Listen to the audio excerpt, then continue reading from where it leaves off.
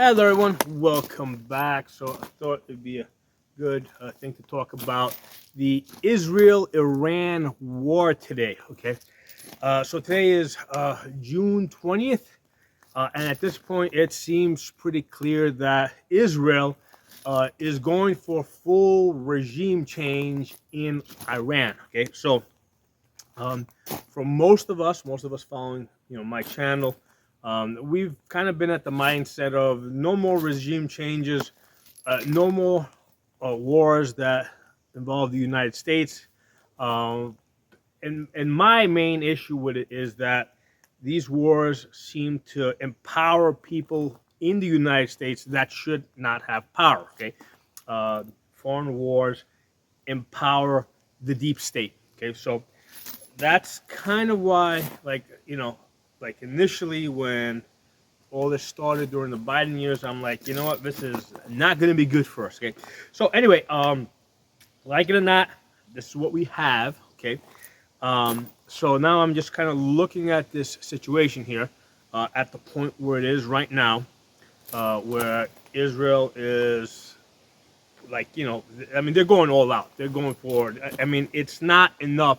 I mean, they have concluded, okay, that it is in their best interest to get rid of this regime in Iran. Okay, and I don't blame them. All right, from like if I put myself in their shoes, right, them living within, I don't know, a couple thousand miles, 2,000 miles, or something like that, away from Iran. I mean, I can see their position. Okay, you know, our position might be different. It's like, why should we have to pay for that? But from their position, it's like, well, if they can get somebody to give them money and give them weapons to get rid of Iran, yeah, it's kind of like a no-brainer. I mean, they're gonna do it. Okay, so that said, all right, this is where we are now. So me looking at this situation, it's like, well, okay, on the one hand, I've got Israel, where I've really never really had an issue with them. I've never seen a situation where they were telling me that they were going to kill me, or that I had to convert to the religion, or I had to die, or that they were going to, basically come here and try to blow up my house. I never had that kind of, a problem with Israel. Whereas with Iran, since 1979, and I was around in 1979. Since 1979, as a kid, I was watching them on TV. This Ayatollah or Ayatollah. I'm watching this guy, and he's basically saying "Death to America, convert or die" to his version of to his version of Islam, or his particular version of that religion. So that's what I've been hearing since 1979. So it's like I'm kind of looking at the situation, and it's like, yeah, you know what? If Israel is pretty much on the verge of basically flushing this guy down the toilet, I'm kind of okay with looking the other way for a couple of weeks, because it seems like they're right there, right? They're right there. It's now, are they going to be able to, like, yeah? I mean, they've completely annihilated Iran's command and control.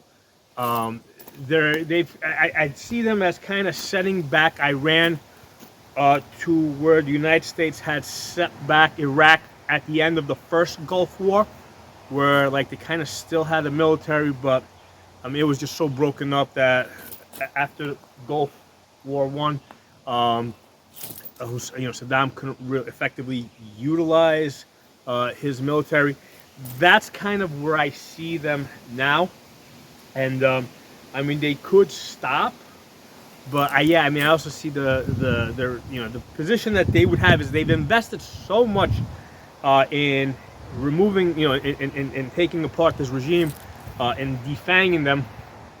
I mean, I can see their position where it just kind of doesn't make sense. So I was thinking about this earlier. I kind of find myself in a similar situation where it's kind of like when I look at my credit card bill, right, and I see a charge that my wife made, and I'm like, what's this gigantic charge over here? And most of the time it's like, okay, and by the way, I love my wife, but most of the time it's like, well, she wasted money on this, she wasted money on that, she bought these stupid toys for the kids that really don't deserve more toys because they're brats. So most of the time it's like she's wasted. I look at the credit card and I'm furious because all this money's been wasted on. But once in a while I'll look at it and I'm like, what'd you buy here? You paid this for that? That's kind of a good deal. And it's like I'm like, yeah, okay, I think you kind of did okay with this. I'm kind of like a little pissed off that she did it, but not so pissed off because, hey, the thing that she bought is not such a bad thing to have, and she got it at a good price. So that's kind of where I feel like with this situation right now, with this Israel-Iran war. I'm looking at this charge, which I knew was coming because they started it a couple of years back when Biden was in office, and I was pretty furious that they had charged this to my credit card. But now I'm kind of looking at the results, and I'm like, it's not the worst thing in the world, right? This regime here has been saying that they were going to kill me, that they were going to blow up my house, that that my option was to convert or die to convert to their religion or die. So I'm not entirely upset, okay? As long as they get this thing done with sooner rather than later, as long as they don't keep, charging my credit card, I think I can kind of look the other way and, let them, let this thing play out. So, not that I would go fight over there, not that I would send my kids over there, but it seems like they are willing to do the work, okay? So if they're willing to do the work, and you know what, they already charged the credit card, right? They've already got the money. I can't get it back. There's no refunds on this. And, I'm kind of like, okay, you're not getting any more money, but let's see what you guys do. That's kind of how I'm starting to feel about this. So what can they do? Okay, they've completely taken apart the command and control. It was brilliant of them to, on like the first day of this attack, they targeted the scientists, right? The nuclear scientists that build the bombs, and it makes sense because if you're taking out like the military leadership and those people can be replaced, right? The tanks, the missiles, they can be replaced. Even like if they blow up the nuclear bunkers or the nuclear factories, those can be replaced. But the hardest thing to replace is the people that build the nuclear bombs, right? Have experience with that kind of things, that have been building up that experience over many years. Targeting them is quite smart, okay? And I gotta give I've been following this not just on like Fox News and these like major channels. I've actually been watching channels, I forget the name of it, one channel I've been following, I'll put it somewhere in the I'll mention it below. I'll have to look it up, but I'll mention it in print someplace in the video. So this channel is being hosted by a guy who's Iranian, who actually has family back in Iran, okay? He's got like the communications have been cut off now, but for at least the first few days of this of this war breaking out, he was getting information from inside Iran, and video while it was actually being attacked. And let me tell you, there's a lot of people, from what he's telling me, right? And this guy's an Iranian, right? And actually, they don't consider themselves Iranians. They consider themselves Persians, okay? I'll get into that for a second. But there's a lot of people inside of Iran that are cheering for Israel. They want this Islamic fundamentalist regime out of there, okay? They hate it. There's a lot of people inside of Iran that are cheering this. In fact, I did not know this, but until I was watching this guy's channel.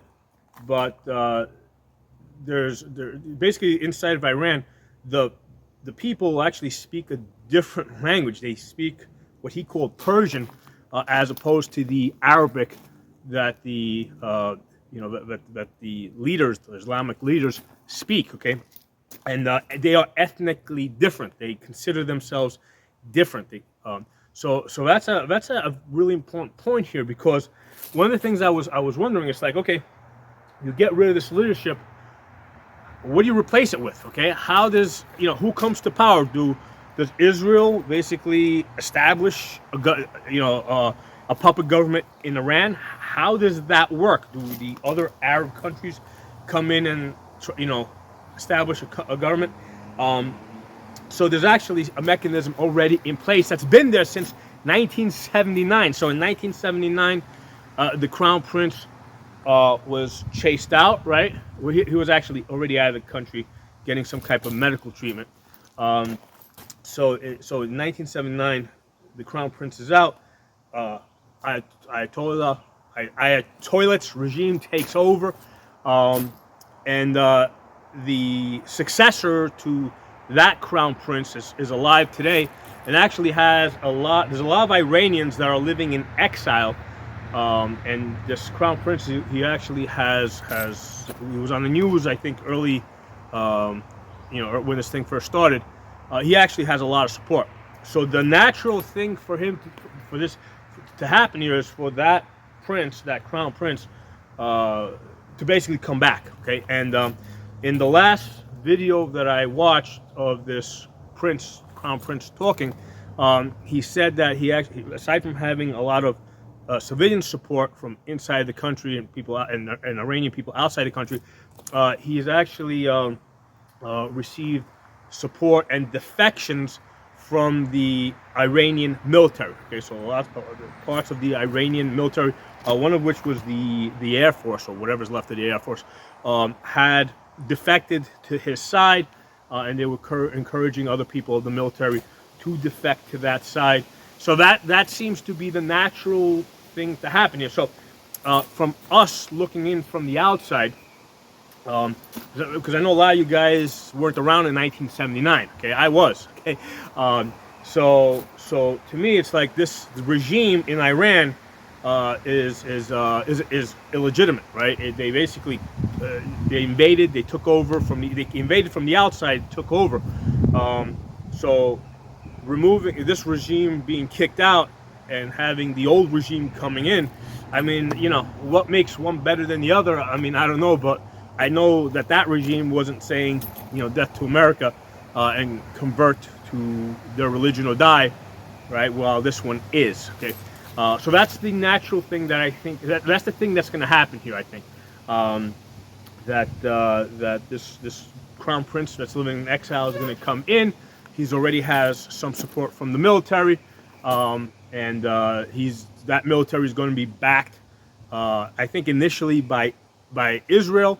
Eventually, I think Israel is going to kind of step back, and other Arab countries like Egypt, Saudi Arabia, Kuwait, or Emirates are going to step in and kind of take that role of supporting this new government until it kind of establishes itself.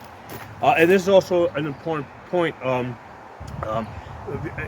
Even though these other Arabic governments on paper publicly are against Israel, realistically they're allies. Because if they weren't, they would have basically joined this war on Iran's side. They're bitter enemies of Iran. Okay, so all of them behind the scenes are cheering Israel on. Okay, I think the only one that has said anything against Israel is Saudi Arabia, and they said it, but it's like, they're just saying it to appease certain sections of the population, because again, if they really meant it, they would have done something about it. So I think pretty much everybody in the Middle East, like when you're talking about Egypt, Saudi Arabia, Kuwait, Emirates, they're all behind Israel on this. They all want the Ayatollah gone. Okay, and I knew that before this conflict started. I knew that they were like bitter enemies. Okay, the thing that was kind of like a variable that I wasn't sure how that was going to go was Russia. Okay, and Turkey. Okay, because the main reason Russia and Iran historically have been enemies, because they sort of border each other, and I think that the only reason why Russia would have backed Iran is just to kind of stick it to the United States, but I wasn't sure how far they wouldn't go with that. It seems like they've got they're busy enough in Ukraine. I mean, they did offer, I think, to mediate, or they did offer to take the Ayatollah into exile in their country, but they did not. They weren't. They That's as far as they would, as Russia said that they were going to go. So Russia's not getting involved militarily. Turkey, that was the one that I was really wondering what they were going to do. Um, and it seems to me that like Turkey, right? Their mindset is they want to reestablish the Ottoman Empire. Okay, so anytime you're thinking about Turkey, that's the first thing you got to think of. You got to know what Turkey's end goal is, and Turkey is formidable. They've got a formidable economy and a formidable military. They are part of NATO, but they're only part of NATO to the extent that it benefits them. Because again, they are an enemy of Russia. That's the only reason why they're part of NATO. I mean, they would flip on a dime. Okay, so because I think Turkey, Turkey basically wants, like, yeah, they would like to help Iran, but I think to the extent that, hey, Turkey is now going to take over Iran, and I think Iran's position has always been absolutely not. We're going to be the boss of you, right? Iran takes over Turkey, so that type of tension has caused a severe conflict between the two of them, to the extent that which Turkey doesn't want to help Iran. I mean, they're saying crap against Israel, but no way, no how are they actually going to help Iran on this. So Iran is on their own, okay? So yeah, I mean, what's going on now? So yeah, basically, I mean, Iran's been like completely. Iran's been crumbling, militarily. They are still like occasionally shooting out some missiles. I think on the first day they shot something, or the first 2 days they shot something like 100 or so missiles. Now they're down to like maybe 40 missiles a day. So I think what's going on is they've got some mobile launchers, basically trucks that have like rockets or missiles on the back. And they're mobile, so like they're not shooting from a single point. Because what happens as soon as the missile's launched, the Israelis like lock in on it and follow it back and like blow up the launcher. So what the Iranians are doing is like they'll shoot their missile off the truck, and then they'll basically get mobile, right? They'll try to. But here's the thing: they have to go back and reload. From what I heard, they've got like basically. They've got 4 times as many missiles as they have mobile launchers. So that's the bottleneck, right? They have to keep taking the launchers back to reload them. Okay, and Israel's got both airplanes and drones all over the country. So as soon as those missiles are launched. Basically the hunt is on to try to knock out those launchers. So they're still getting some rockets off. They are managing to do some damage inside of Israel. It seems to me like they're doing like general targeting. I don't think they have the ability to do like really precise targeting. They're kind of putting them in the general neighborhood, sort of.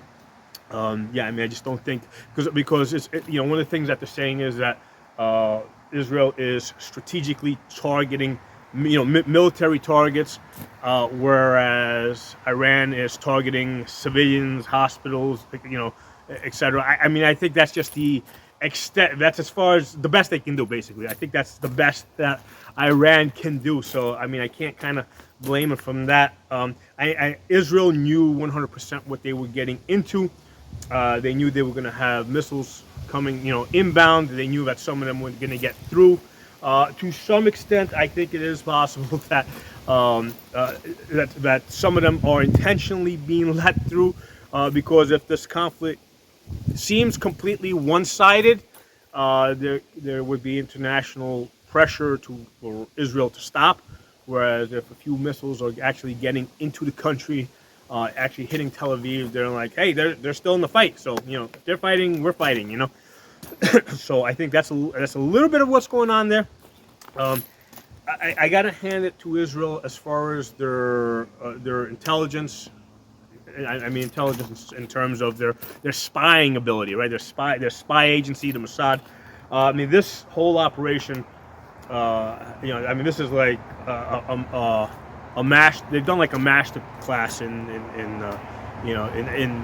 espionage, right? Because they had Iran completely infiltrated. They knew where all the military people are. They knew where all the scientists were. They haven't invaded with an army, but they've invaded with spies. They got spies all over the country. I'm guessing that a lot of them probably have been caught, have been tortured, executed. So it probably did cost them a good deal. And I don't think that, not now, but going years back. I mean, because it took them a long time to build up the level of infiltration that they have now. It must have took them a long time to build up. Along the way, people were probably discovered. So there was a price to pay for them to get to the point where they are now. Okay, so that's where we're at. So I just wanted to give you guys this video because I know. I mean, everybody's heard what's going on. Some people, most people, I think, just follow the general news. I actually dig in a little bit deeper. I'll listen to networks like out of Israel. I'll listen to like pro-Islamic, like I'll listen to Al Jazeera, see what they're saying. I'll listen to like Turkish news. So I try to. There's an Indian channel that I follow. So I've been collecting information from lots of different places, and this is kind of where I see us right now. And yeah, I mean, the bottom line is that, I don't want us getting involved in another endless war. I don't think there's going to be an endless war. I think this is going to be a war that finishes,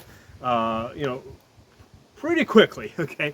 I mean, I don't think Iran has any ability to do anything external. I mean, yes, there's individual units out there, even terrorist units. I think there was an attack in England, right? So you're going to have individual terrorist actors acting independently around the world, right? That's going to happen. That's part of the cost. I mean, that's how it is. I mean, can't stop that, or at least I can't stop it. But it's going to happen.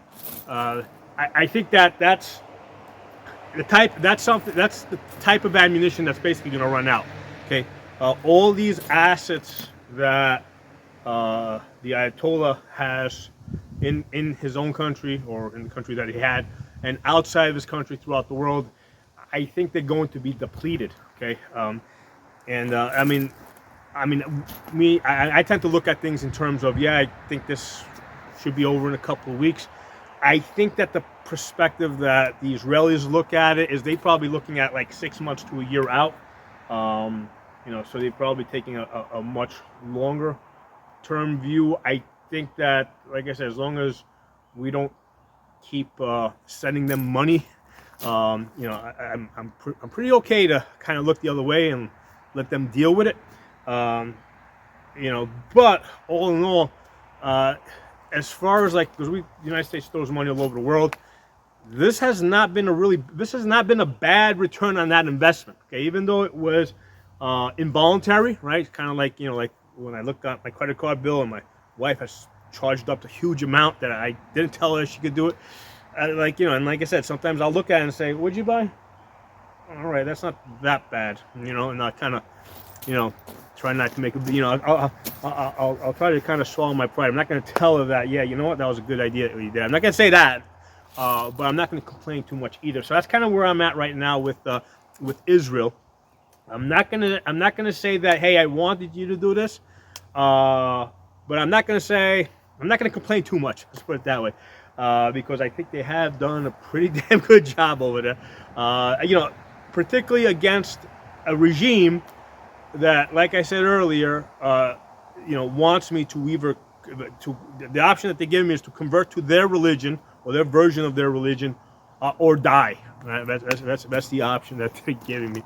So anyway, let me know what you guys think. That's kind of where I'm at with this. But yeah, post some comments below. I'll talk to you all soon.